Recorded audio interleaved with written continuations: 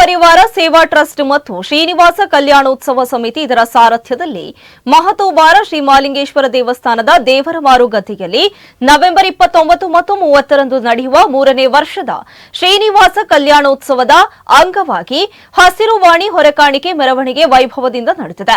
ಈ ಬಾರಿ ವಿಶೇಷವಾಗಿ ಸಾಮೂಹಿಕ ವಿವಾಹ ಮತ್ತು ಹಿಂದವಿ ಸಾಮ್ರಾಜ್ಯೋತ್ಸವ ನಡೆಯಲಿದ್ದು 3 ದಿನವೂ ನಡೆಯುವ ನಿರಂತರ ಅನ್ನ ಸಂತರ್ಪಣೆಗೆ ದೊಡ್ಡ ಮಟ್ಟದಲ್ಲಿ ಹಸಿರು ಹೊರೆಕಾಣಿಕೆ ಸಮರ್ಪಣೆ ನಡೆದಿದೆ. ತಾಲೂಕಿನ ವಿವಿಧ ಗ್ರಾಮಗಳಿಂದ ಬರುವ ಹೊರಕಾಣಿಕೆಯು ದರ್ಬೆಗೆ ಬಂತು. ಅಲ್ಲಿಂದ ಜೊತೆಯಾಗಿ ಮೆರವಣಿಗೆಯು ಶ್ರೀ ಮಹಾಲಿಂಗೇಶ್ವರ ದೇವಸ್ಥಾನದ ದೇವರಮಾರು ಗದ್ದಿಗೆ ಬಂದು ಶ್ರೀ ಮಹಾಲಿಂಗೇಶ್ವರ ದೇವಸ್ಥಾನದ ಸಭಾಭವನದಲ್ಲಿ ಹಸಿರುವಾಣಿಯನ್ನ ಉಗ್ರಾಣ ಮುಹೂರ್ತ ನಡೆದಿದೆ. ದರ್ಬೆಯಲ್ಲಿ ತಂತ್ರಿವರಿಯರಾದ ಸುಬ್ರಹ್ಮಣ್ಯ ಬಳ್ಳಕುರಾಯ, ಕುಂಟಾರು ತಂತ್ರಿಗುರು, ತಂತ್ರಿಯವರು ತೆಂಗಿನಕಾಯಿ ಒಡೆಯುವ ಮೂಲಕ ಹಸಿರು ಹೊರಕಾಣಿಕೆ ಮೆರವಣಿಗೆಗೆ ಚಾಲನೆಯನ್ನು ನೀಡಿದ್ದಾರೆ. ಇನ್ನು ಈ ಸಂದರ್ಭದಲ್ಲಿ ಮಹತೋಬಾರ ಶ್ರೀ ಮಹಾಲಿಂಗೇಶ್ವರ ದೇವಸ್ಥಾನದ ವ್ಯವಸ್ಥಾಪನಾ ಸಮಿತಿ ಸದಸ್ಯರಾದ ಸುಭಾಶ್ರೈ ಬೆಳ್ಳಿಪಾಡಿ, ವಿನಯ ಸುವರ್ಣ ಸೇರಿದಂತೆ ಮತ್ತಿತರರು ಉಪಸ್ಥಿತರಿದ್ದರು. ಒಳ್ಳೆಯ ಕಾರ್ಯಕ್ರಮವನ್ನು ಸಂಕಲ್ಪ ಮಾಡಿಕೊಂಡಿದ್ದೇವೆ. ಸತತ 2 ವರ್ಷಗಳಿಂದ ಒಳ್ಳೆಯ ರೀತಿಯಲ್ಲಿ ನಡೆದು ಬಂದು ಈ ಬಾರಿ 3ನೇ ವರ್ಷ ನಡೆಯತಕ್ಕಂಥ ಈ ಒಂದು ಶ್ರೀನಿವಾಸ ಕಲ್ಯಾಣೋತ್ಸವ ಬಹಳಷ್ಟು ಜನ ಒಳ್ಳೆಯ ರೀತಿಯಲ್ಲಿ ಸೇರಿಕೊಂಡಿದ್ದೇವೆ ಈ ಒಂದು ಕಾರ್ಯಕ್ರಮಕ್ಕೆ. ಇದಕ್ಕೆ ವಿಶೇಷವಾಗಿರ್ತಕ್ಕಂಥ ಒಂದು ಶಕ್ತಿ ಯಾರು ಅಂತ ಹೇಳಿದರೆ ನಮ್ಮೆಲ್ಲರ ನಾಯಕರಾಗಿರ್ತಕ್ಕಂಥ ಶ್ರೀಯುತ ಅರುಣ್ ಕುಮಾರ್ ಪೊತ್ತಿಲರವರು.